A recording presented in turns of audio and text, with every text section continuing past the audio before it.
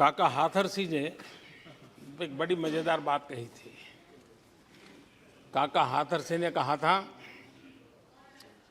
आगा पीछा देखकर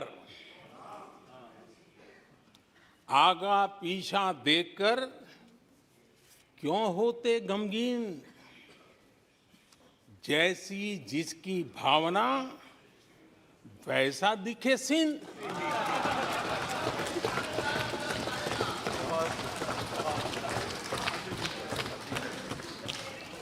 आदरणीय अध्यक्ष जी, आखिर ये निराशा भी ऐसे नहीं आई है। इसके पीछे कारण है। एक तो जनता का हुक्म, बार बार हुक्म, लेकिन साथ साथ इस निराशा के पीछे जो अंतर मन में पड़ी हुई चीज है, जो चैन से सोने नहीं देती है, और क्या है? पिछले 10 साल में 2014 के पहले 2004 से 14 भारत की अर्थव्यवस्था खस्ता हाल हो गई। निराशा नहीं होगी तो क्या होगा? 10 साल में महंगाई डबल डिजिट रही, और इसलिए कुछ अगर अच्छा होता है तो निराशा और उभर करके आती है। और जिन्होंने बेरोजगारी दूर करने के वादे किए थे,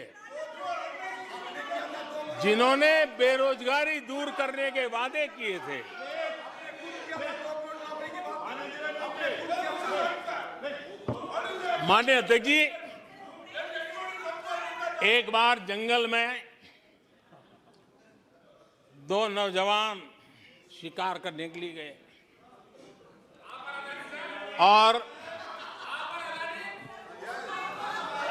वो गाड़ी में अपनी बंदूक नीचे उतार करके थोड़ा टहलने लगे।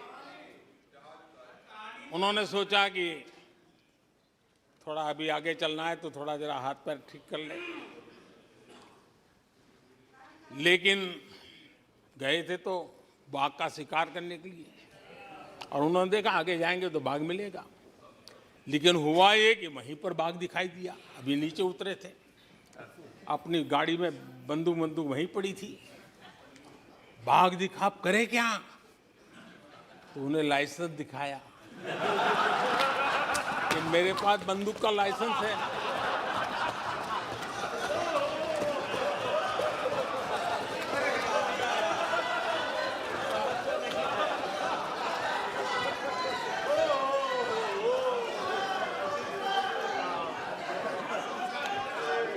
इन्होंने भी बेरोजगारी दूर करने के नाम पर एक कानून दिखाया, वो कानून बना दिया है। अरे देखो, कानून बना दिया है। ये इनके तरीके से पल्ला झाड़ दिया। 4 से 14 आजादी के इतिहास में सबसे घोटालों का दशक रहा, सबसे घोटाला।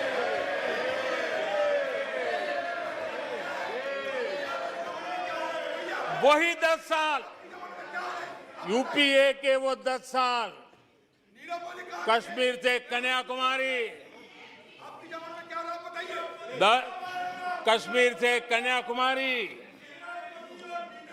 भारत के हर कोने में आतंकवादी हमलों का सिलसिला चलता रहा। 10 साल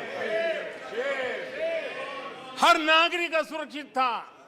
चारों तरफ यही सूचना रहती थी कि कोई अनजानी चीज को हाथ मत लगाना, अनजानी चीज से दूर रहना, वही खबरें रहती थी। 10 साल में जम्मू कश्मीर से लेकर नॉर्थ ईस्ट तक हिंसा ही हिंसा देश का शिकार हो गया था। उस 10 साल में भारत की आवाज ग्लोबल प्लेटफॉर्म पर इतनी कमजोर थी कि दुनिया सुनने तक तैयार नहीं। आदरणीय अध्यक्ष जी, इनकी निराशा का कारण ये भी है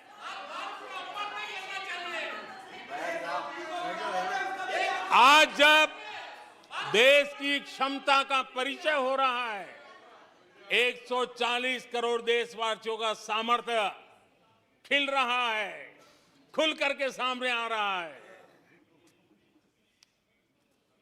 लेकिन देश का सामर्थ्य तो पहले भी था, लेकिन 4 से लेकर 14 तक इन्होंने वो अवसर गंवा दिया। और यूपीए की पहचान बन गई, हर मौके को मुसीबत में पलट दिया, हर मौके को मुसीबत में पलट दिया। जब टेक्नोलॉजी इंफॉर्मेशन का युग बड़ी तेजी से बढ़ रहा था, उछल रहा था, उसी समय ये 2G में फंसे रहे, मौका मुसीबत में। सिविल न्यूक्लियर डील हुआ, जब सिविल न्यूक्लियर डील की चर्चा थी, तब ये कैश फॉर वॉट में फंसे रहे। ये खेल चले।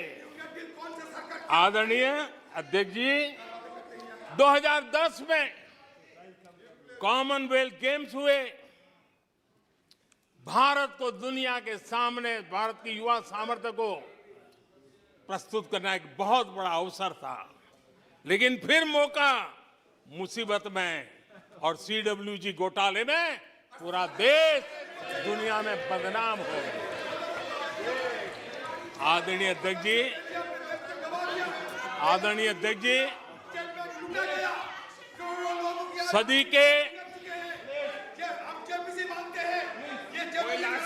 सदी के दूसरे दशक में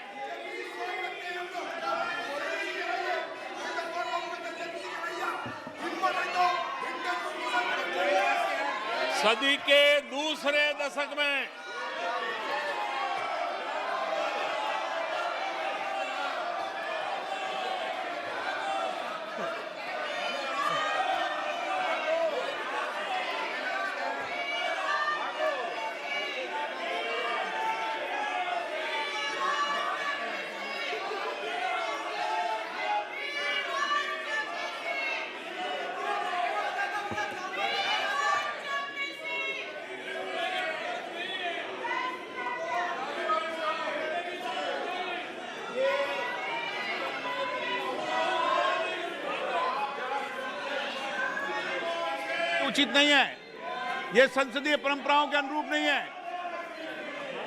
आप बिना तथ्यों के बोलते हैं और फिर सुनते नहीं हैं। प्लीज बैठिए। नो, बैठिए। No no no no no. आदरणीय अध्यक्ष जी, ऊर्जा का किसी भी देश के विकास में अपना एक महात्म्य होता है, और जब दुनिया में भारत की ऊर्जा शक्ति के उभार की दिशा में चर्चा की जरूरत थी, इस सदी के दूसरे दशक में हिंदुस्तान की चर्चा ब्लैकआउट के नाते हुई। पूरे विश्व में ब्लैकआउट के वो दिन चर्चा के केंद्र में आ गए। कोयला घोटाला चर्चा में आ गया। आदरणीय अध्यक्ष जी, देश पर इतने आतंकी हमले हुए, 2008 के हमलों को कोई भूल नहीं सकता है, लेकिन आतंकवाद पर सीना तान कर आंख में आंख मिला करके हमले करने का सामर्थ्य नहीं था, उसे चुनौती को चुनौती देने की ताकत नहीं थी, और उसके कारण आतंकवादियों के हौसले बुलंद होते गए और पूरा देश 10 साल तक खून बहता रहा मेरे देश के निर्दोष लोगों का, वो दिन गए थे।